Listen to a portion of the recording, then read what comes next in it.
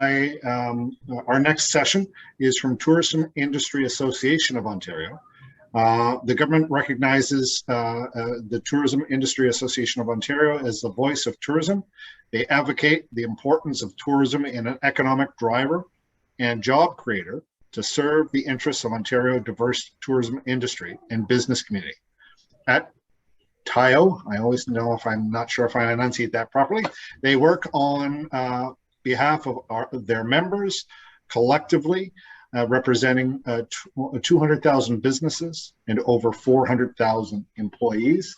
This morning we have Lori from Noto, we have Rick from Boating Ontario, we have Kevin from the Indigenous Tourism Ontario, we have Isabel, she's a tourism manager with SEO, and then we have Dave with Destination Northern Ontario.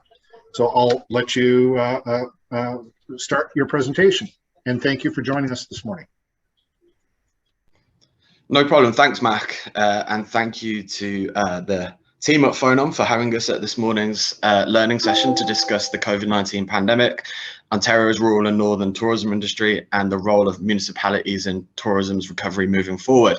I'm just going to ask my colleagues, Laurie, Rick, Kevin, and Isabel and David to put on their cameras so we can see their smiley faces as they give answers to these questions. But just to provide some context, prior to COVID-19, tourism in Ontario was a $36 billion industry, representing over 400,000 workers and over 200,000 businesses, as you've heard. A provincial GDP contribution of over 36 billion, an annual tax revenue of 5 billion to Queen's Park, and we were experiencing exponential growth as an industry year in, year in. Now, since the beginning of the pandemic, the tourism industry has been disproportionately and significantly impacted by revenue losses, job losses. Our businesses are taking on increasing debt, and restrictions and uncertainty around reopening have really hindered many of our businesses to plan for the future. Many of those challenges have been exacerbated in rural and northern regions by pre-existing issues such as deficits in infrastructure, transportation, workforce retention, and affordable housing. But post-lockdown, some rural visitation areas experienced the boom in domestic visitation for residents looking to go out but stay local, revealing challenges but also opportunities to rebuild in rural and northern regions. Now, as you've heard, we're the advocacy body for the province's tourism industry, and alongside our partners here today, we have advocated for the recovery of our industry. And through collaboration, we've advocated for provincial and federal financial supports that have been crucial to rebuild our industry, working to ensure that our supports help as many tourism businesses in dire need, and advocate for the provincial reopening measures that give all of our tourism operators a fair shot at recovery.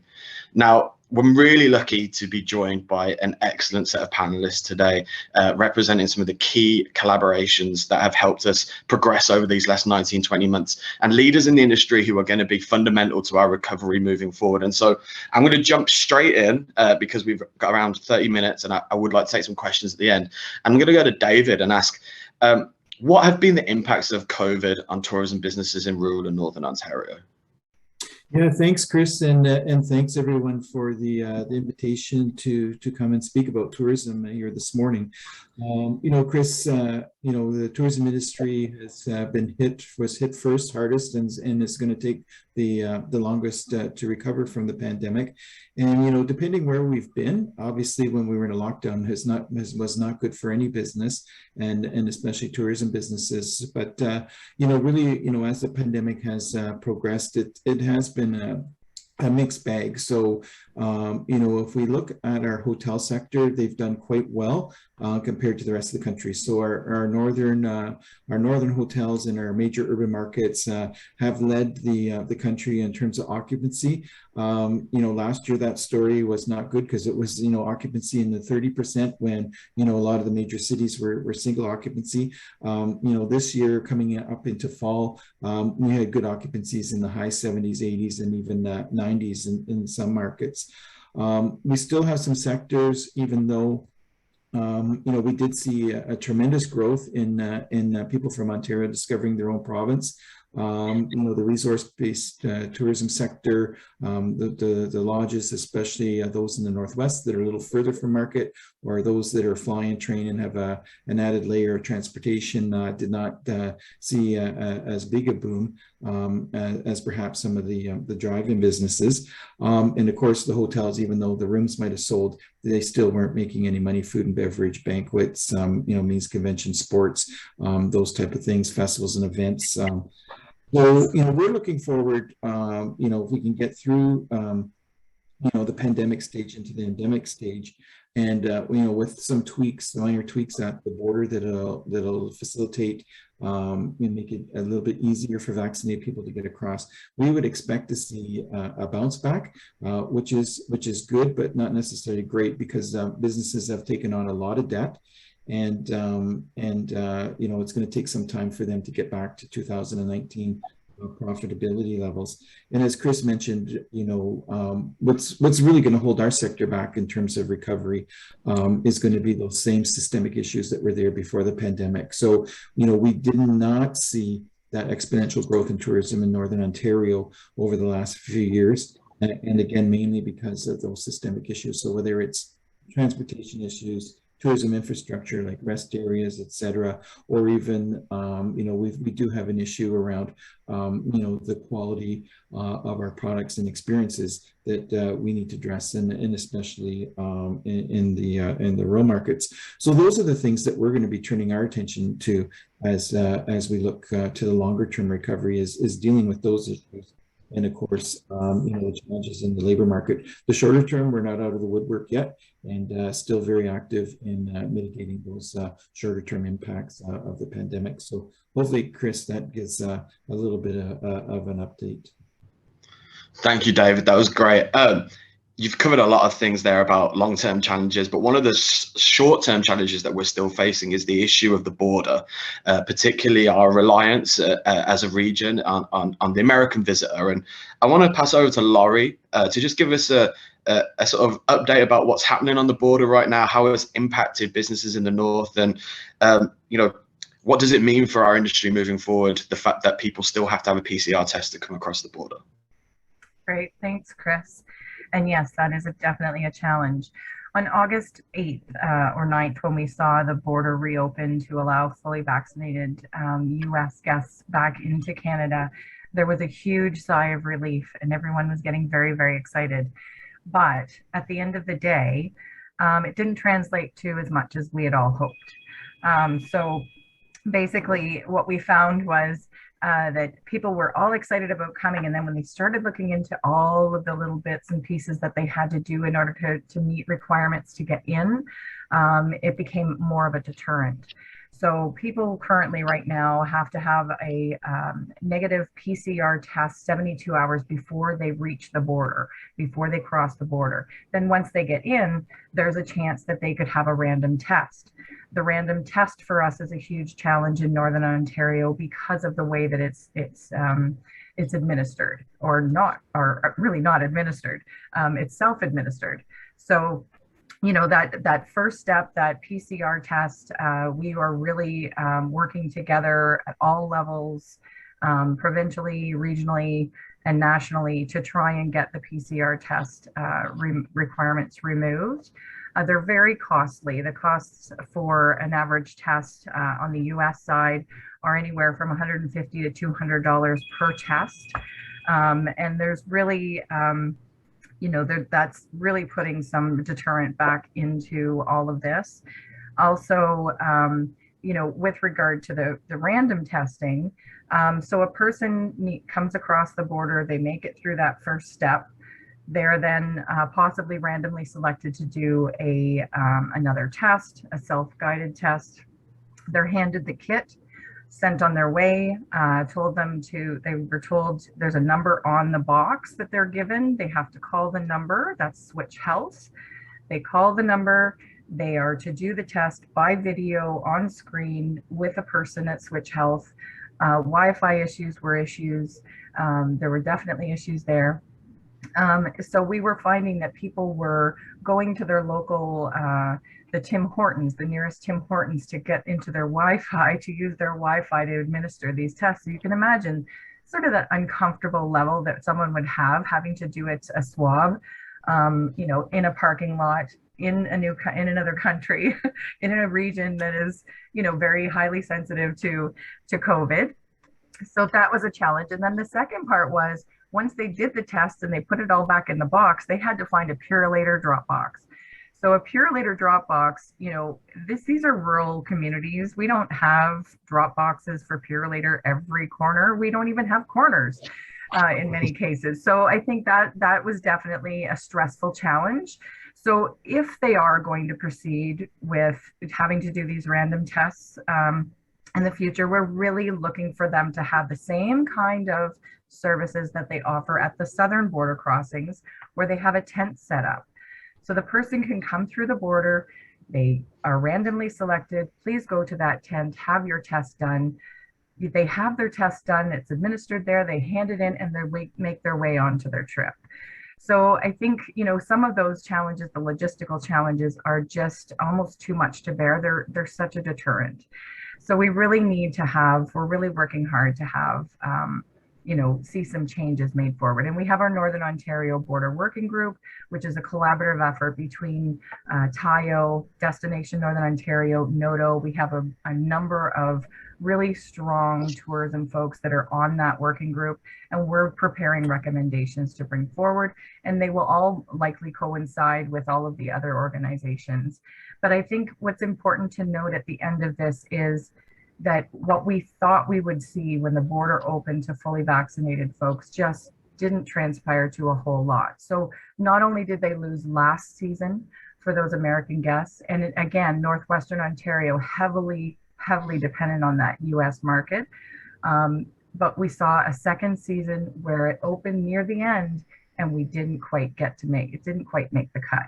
So we've had two really difficult seasons for a lot of the resource-based tourism industry and tourism operators in general in the North.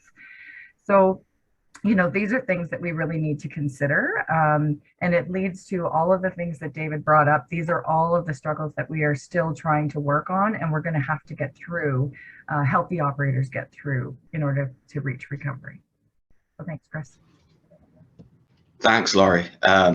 Yeah, that working groups that we've been working together on the border have been really important for us, being able to flow information through to businesses in the region. It can be incredibly frustrating for many operators on the front line, trying to wade through regulations, trying to wade through government announcements, wading through announcements in the media that often sometimes don't actually deliver the policies that they hope for. So those working groups are really important for us moving forward, and collaboration is something certainly as a set of organizations we're trying to improve and continue and maintain as we go through this pandemic. I'm going to turn to Kevin now from Indigenous Tourism Ontario. Kevin, you know, your organization is the first and only dedicated Indigenous tourism organization that focuses on uniting communities, Indigenous organizations, and to support the growth of Indigenous Tourism Ontario. Do you want to give us a little bit of a background about how the pandemic has affected Indigenous tourism organizations and what you're trying to do to offset and mitigate that damage? Yeah, thanks, Chris. So Miigwech, Johnny, Mojo, Minok, Jep, good morning, everybody.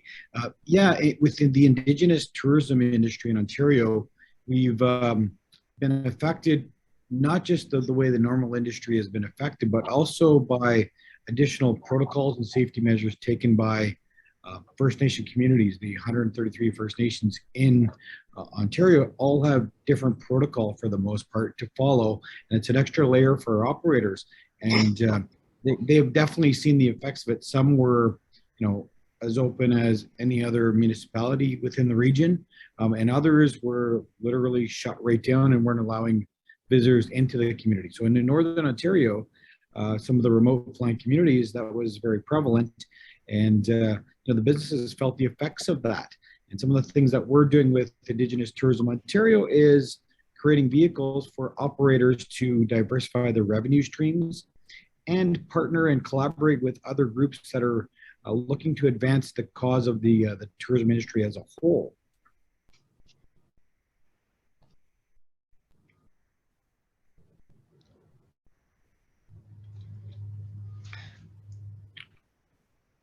Sorry, Kevin, I wasn't sure if my feed had cut out on you then, because I lost you suddenly. Yeah, no, I think I've covered all the areas you asked about, Chris, but I know I've got No, sketchy. I'm sorry, Kevin. I didn't want to cut you off, but thank you, Kevin. I really appreciate that.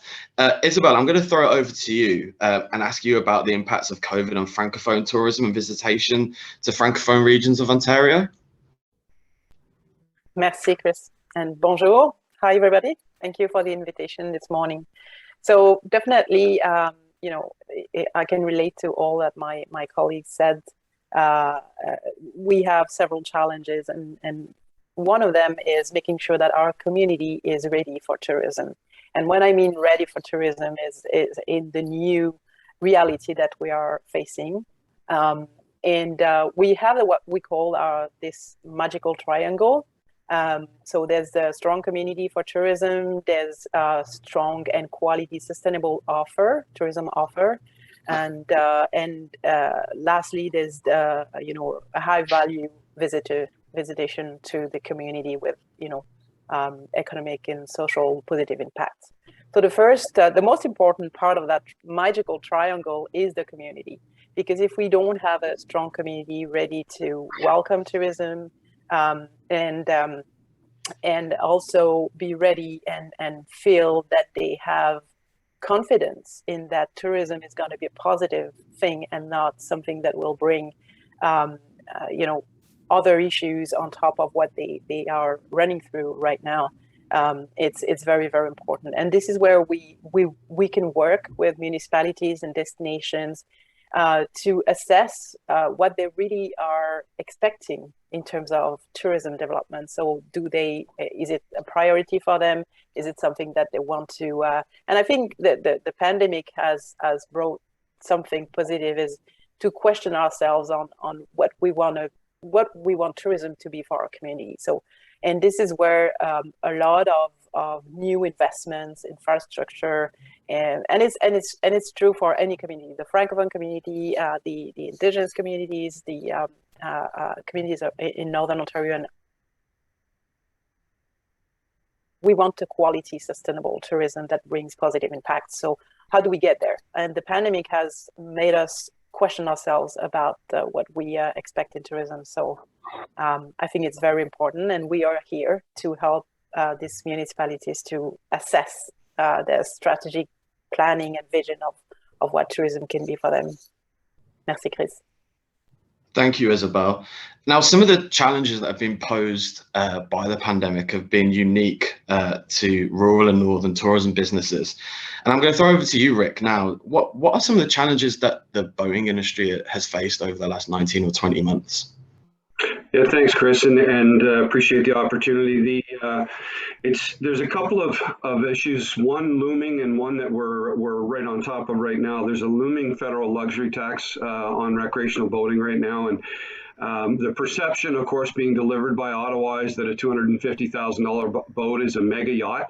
It's not. In our world today, a $250,000 boat is about a 26-foot fishing boat that a lot of Ontario families use, and the long-range implication of those boats. The consumer voice has been very clear, Chris. They're simply not going to pay another 11.3% tax on to go boating in Canada. So that's going to take used boats out of the pipeline, and all of those boats create tourism dollars, as families like my own with a 24-year-old boat that we have spend lots of money in tourism dollars across the province.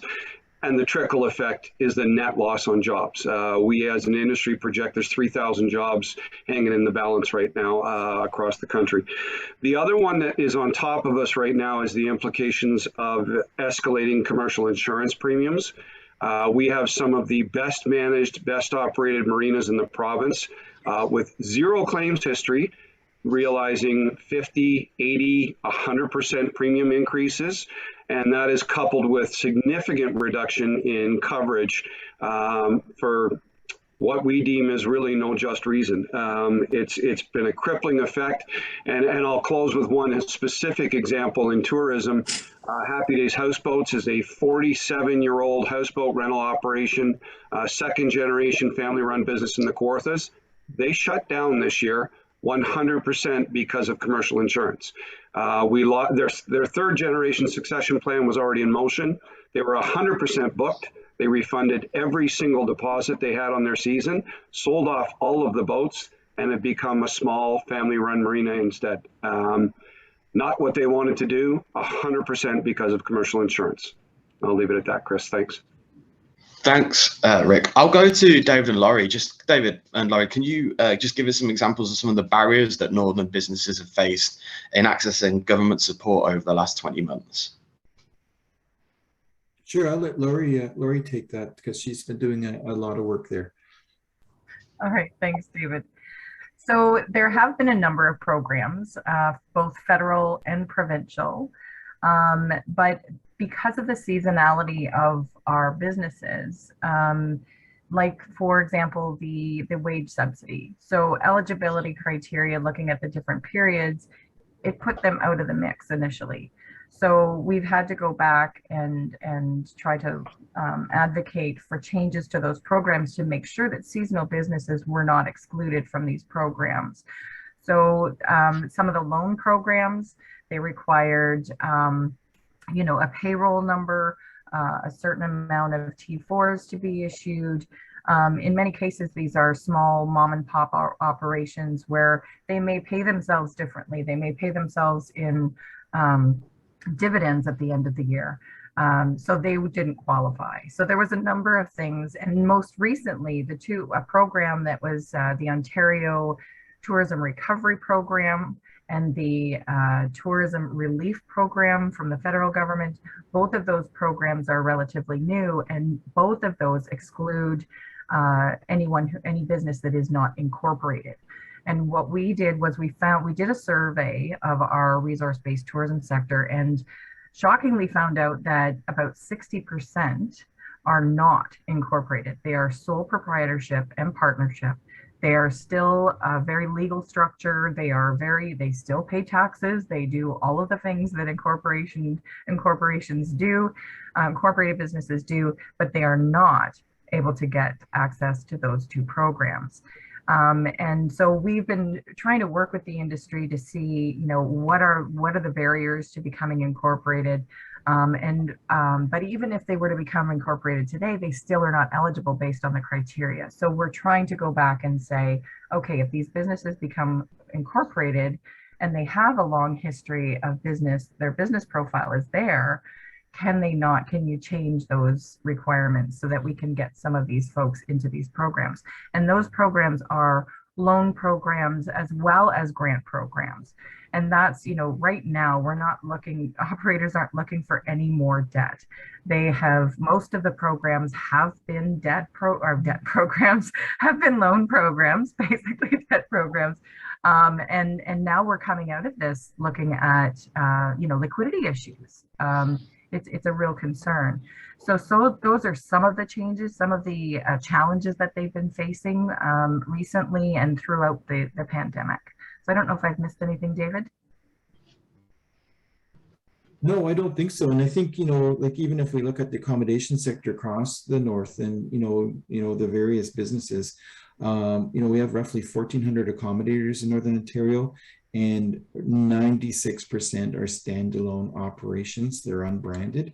And, just to kind of highlight some of the issues that Laurie has talked about when you're dealing with that many individual operations.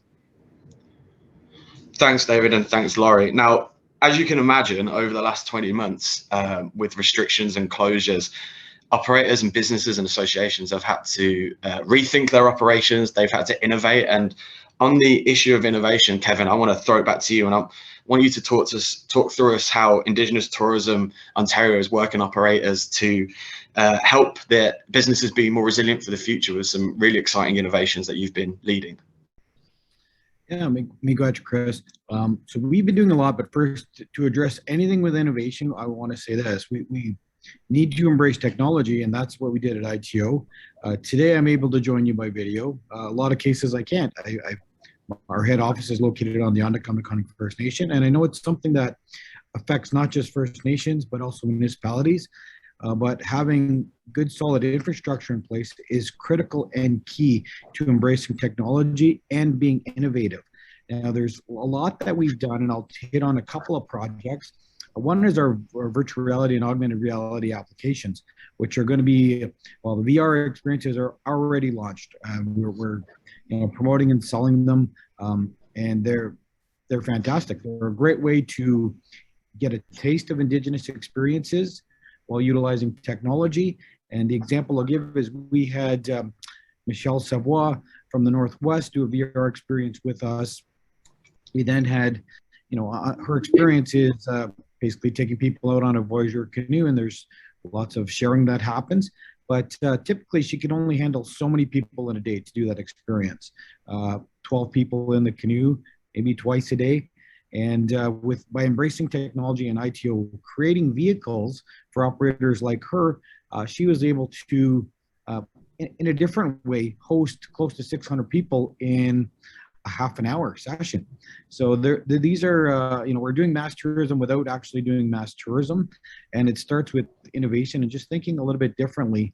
Another one that we've, we look at it when I mentioned the augmented reality is we're creating applications that are mindful of the lack of connectivity across the north and in different parts of rural Ontario.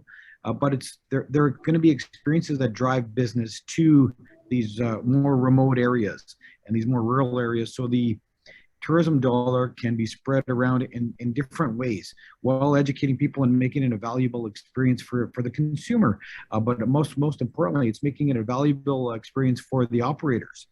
The last one that I'll share with you is simply enough Indigenous Ingenuity. It's a project that we've worked on with Science North, and it's traveling across Northern Ontario. First, it's here, well, not here, I'm on Manitoba, but it's close to home here in Sudbury, and then it's moving to Thunder Bay. They're packing it up now. But what's innovative about this is we're creating a traveling exhibit specific to Northern Ontario. And alongside that traveling exhibit that's going to go into many of the First Nations and municipalities across the north, is we're creating Indigenous tourism experiences to go along with it that we can launch next summer. So there's a legacy there so that everybody can share in these experiences. And when I talk about this type of stuff, it's really important that we figure out ways to work together and innovate the work that we're doing so that when troubling times come, like a global pandemic, we're all working it together to recover and move forward in a positive manner. Thank you, Kevin. I have to say the VR experience that you brought to TIOA Summit a couple of weeks ago was absolutely fantastic and just brilliant. And we'll make sure that we share a link so that people can check it out because it's just fantastic. We're down to the last 4 or 5 minutes. Rick, I just want to hand over to you because we're talking about collaboration. We're talking about things that we're doing to try and support the industry. Do you want to just talk to us about what you're doing regarding training for dock staff in the new year? Absolutely. Thanks, Chris. I'll be quick. We have Boating Ontario for years has offered student training programs to help ensure that staff that are pumping gas at marinas across the province have the necessary TSSA, the fuel handling standards, emergency spills management, emergency procedures, etc. I'm very pleased to announce we are collaborating with Destination Northern Ontario and Nature and Outdoor Tourism Ontario to deliver the program that we offer now 100% virtually to their membership at the same rate as our members.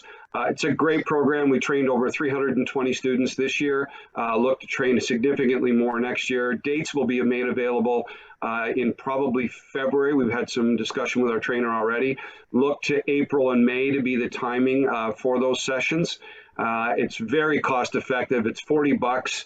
The manager of the facility gets a certificate that they can keep on hand that will satisfy a Ministry of Labor inspector, a TSSA inspector, that the student that is delivering that service at their facility is properly trained and educated. And for the record, that beach behind me is in Ontario. That's actually in Port Stanley on Lake Erie. I know a couple of faces were probably going, that's Cuba or something. Nope, that's right here in the province. Thanks for the question, Chris. Thanks, Rick. Right, we're down to our last couple of minutes, and so I'm going to ask our panelists to give me 20 seconds or 30 seconds max about what's the best way that municipalities can help rebuild the tourism industry as we exit the pandemic. I'm going to go to Isabel first for your answer. Merci, Chris. I think collaboration is key. Collaboration between municipalities, between sectors, between non-tourism sectors and the tourism sector, and definitely going beyond the administrative borders and thinking like, okay, how my visitor is going to travel through my municipality and my neighbor's municipality. Merci. Thank you, Isabel. Kevin. Yeah, thanks, Chris. 20 seconds, man, that's tight, but I'll keep it quick. Simply enough, Northern Ontario is home to the largest concentration of Indigenous tourism operators in Canada, and 1/3 of the Northern Ontario population is Indigenous. And we're, to reiterate what Isabel's talking about, collaboration is key. Projects like our Three Fires Collaborative Quest with TIOA and OCHAC, those types of initiatives really get more Indigenous people involved, not just for the benefit of Indigenous people, but the collective in industry and the collective economy. I'll leave it at that. Miigwech. Thank you, Kevin. Laurie. Oh, wow. I would say, build your ambassadors, build your tourism ambassadors within your local businesses, within your community, and roll out that red carpet. That's quick. Thank you, Laura. Thank you, Laura. Rick. Spin how you look at your town. Don't just look at it from the road where your tourists come from. Look at it from the water. Think about the benefits of embracing transient boaters, families like my own who spend lots of money traveling the province by water. Thanks. Great answer, Rick. And finally, David. Yeah, I think similar to Rick and Laurie, that whole pride of place and putting our best foot forward. I think, supporting those visitor services. I know I recognize a lot of people here that we've worked with in terms of wayfinding and signage for visitor centers and even, getting those visitor centers open. That's really important, as a lot of the tourism businesses with staff challenges, aren't open to walk-in customers in bathrooms. And then lastly, any support that you'd be willing to give us as we work on some of these systemic issues and right now in regards to the border specifically would be greatly appreciated. Thank you, David. Thank you to the panel. I was a little bit naughty and added that 20-second question in at the end, so I really appreciate that. Mac, I'm happy to hand it back to you if you want to open up for questions, or if we are pushed for time, I'll leave it up to you. So we have probably about 4 minutes for questions. Just maybe while we wait for comments to come in, and from the other participants, just maybe a question for Rick, just quickly on the $250,000 for the luxury tax on boats. The cost of a house is, in Northern Ontario is almost doubled in the past, 18 months. So I would imagine any recreational vehicle is probably increased as well. So do you see the $250,000 limit the federal government has as you mentioned it's a detriment? Is that an old number?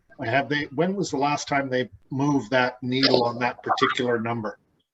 So the original proposal was that boats, cars, and airplanes over 100,000 would all be subject to the tax. They announced April 19th of 2021 that cars and airplanes at 100 would be subject to the tax, and boats, they moved it to 250 at that time. Again, the challenge is when they made the announcement, the National Post put it up on the front cover the next morning, and they put what we actually looked into the boat that they put on the image of the front cover of the Post. It was about a $5.5 million 60-foot azimuth. That's not a $250,000 boat. And again, it's that long-term, it's that trickle effect on jobs. Again, my family bought a 23-year-old 32-foot boat 2 years ago. And we spend lots of tourism dollars. Those boats are coming out of the pipeline with this tax. It goes into effect January 1st. I don't know if that answers your question, Mac. Nope, definitely. And then maybe for either Laurie or Chris, quickly, when do you anticipate seeing fam tours coming back to Northern Ontario so that we can, educate people from the south on what we have in Northern Ontario? Laurie, do you want to take that? I'm going to pass the baton over to David, because his organization is very involved in fam tours. Yeah, so we work closely with DMOs and of course Destination Ontario, and during the lockdown and the the various stay-at-home orders, these types of trips weren't happening. They have started up again. So So yes, so you know, Dio and everyone, we're back to marketing fully within the province of Ontario, cross-border into Manitoba. So yes, Media Fam. So if anyone, I'll put my email in the chat. Feel free to reach out, and I can get you in touch with a specific person either in our office or at Destination Ontario. Max, Sarah has her hand up. Thank you. My question is around, I think it was Lori, you were talking about how the funding programs, and just, you know, I'm from a funding organization I'm going to present next, but is there, who would be the organization that represents tourism during these conversations around programming being released? Was tourism sector engaged, or was this something that the government kind of put into place hoping that it would solve the issues? Great questions. Great questions. I see it a lot. I'm not government, just so you know. I'm private, so just checking the participant list there. Listen, as a whole, like particularly myself and Laurie as advocacy organisations, we've been pretty forward in expressing to the government what the problems are on the ground, whether it's now with debt or access to programs, right, whether it's incorporation or non-incorporation. And we obviously back that up with detailed information, and we try and make the case. And we've had some successes in changing some policies and some programs and overturning people who've been rejected for funds. But obviously, at the end of the day, the decision does come down to government. And the best example I'll give you is that the Small Business Support Grant did not include several aspects of our industry, most notably accommodations, because accommodations were deemed to be essential and they were still open. But of course, people were under lockdown orders. They couldn't actually travel for leisure. And so one of the things that came from our lobbying was the introduction of the Travel and Tourism Small Business Grant. Now, it only had one round and it still had problems with it. But where we've been able to point out flaws in government policies, we have sometimes been able to get mitigation put in place. But I have to be honest, and I suspect Laurie's call sheet is the same for the rest of the day as me. It's constantly having that conversation, constantly trying to express to government that they may want to do something with a certain policy or economic support program, but it's got to change if it actually wants to do what it says on the tin. And that's the same on the provincial and the federal level right now with some of the things that have been announced. So we're in there, and I have to say, I think tourism is at the head table probably for the first time in a long time in terms of trying to negotiate with government. But at the end of the day, the decision still does come down to finance largely. And so we do our best to give them the best information to make an educated decision. And Laurie might agree with that. She might not agree with that. I absolutely agree with that.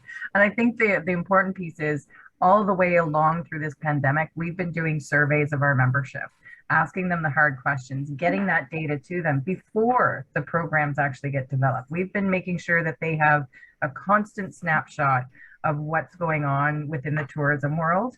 And, you know, sometimes that's really helped us get programs, the right kind of programs, like the NORP program, for instance, that was that came out from NOHFC. That was super, super supportive. There just wasn't enough money, but I mean, it did help a lot of northern businesses.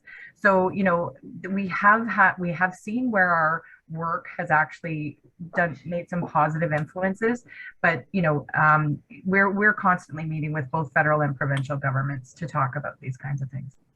Yeah, I think what really spurred on my question was that you were saying that 60% of the tourism operators in your area are sole proprietors and therefore not eligible for funding.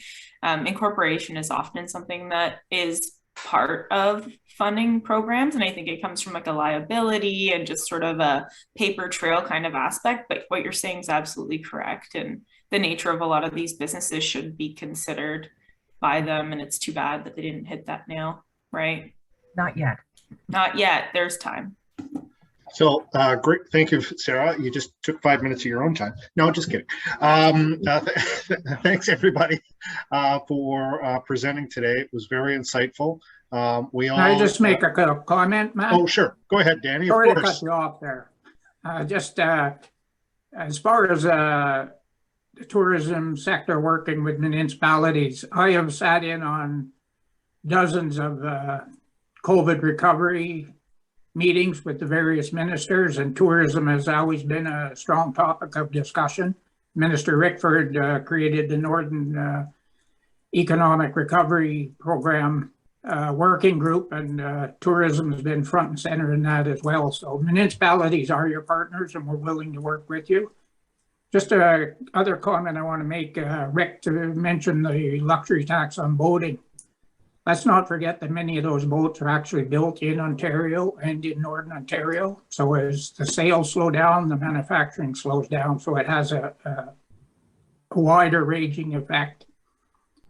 And we do partner work, Danny, with the Marine Manufacturers Association, so we're quite connected to that as well. But great point. There are manufacturing jobs on the potential loss side right now too. Yeah, the only other comment I wanted to make is we heard a lot of talk about when people get double vaccinated and get their COVID QR code, they can come and visit us again. What education steps do you have for your own membership? And I'm going to be blunt here. One of the biggest anti-vaxxer voices in our own districts happened to be a tourism operator. So is there an education program for your own memberships? I think, listen, all of us as organizations have had to produce our own sort of how-to guides and information guides about the importance of getting vaccinated and how to get vaccinated and its role in our reopening of the economy. I don't think any of us have delved particularly into the health and epidemiology side of it because we've left that to the experts. But listen, none of us in the tourism industry want the proof of vaccination stuff in place. We don't want to be putting barriers in the way of people accessing services or your communities or spending money, quite frankly, on Main Street.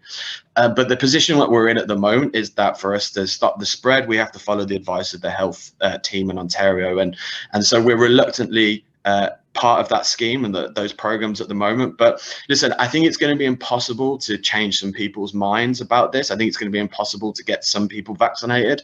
And so we're slowly edging to a position where the government is going to start making decisions in the new year about lifting mandate requests, etc. And I suppose we'd like to be going to that journey a little bit quicker so that we could get rid of them as quicker as possible. But with the slowdown in vaccinations, that's always difficult. But listen, there's a lot of division in society right now, and that's one of the reasons for it. And I think we're just trying to do our best to get through this process. And I have to be really honest with you. Like, we worked really hard to get the opt-in for some businesses to be able to opt in to have the vaccination proof, even though they weren't mandated, because we just need to get businesses to be able to get people in, and we need revenues to start flowing again. So it's difficult, Danny, for sure, and I'm sure more education stuff will follow. We've kind of more followed on health and safety protocols and education videos like that, and what businesses can do to make sure customers feel safe. But I suspect this issue of the division of the vaccination issue is going to remain with us well into next year. Yeah, I agree with you there. Well, again, municipalities are your partners, and we're willing to work with you. FONOM represents 110 of them, so feel free to reach out to us when you feel the need. Thanks. Thanks, Danny. So thanks, Danny. So to Isabel, Lori, Kevin, Rick, Dave, and Chris, thank you very much for presenting. I'll remind everybody that this session, like the others from this morning, will be on FONOM's YouTube channel later tonight or tomorrow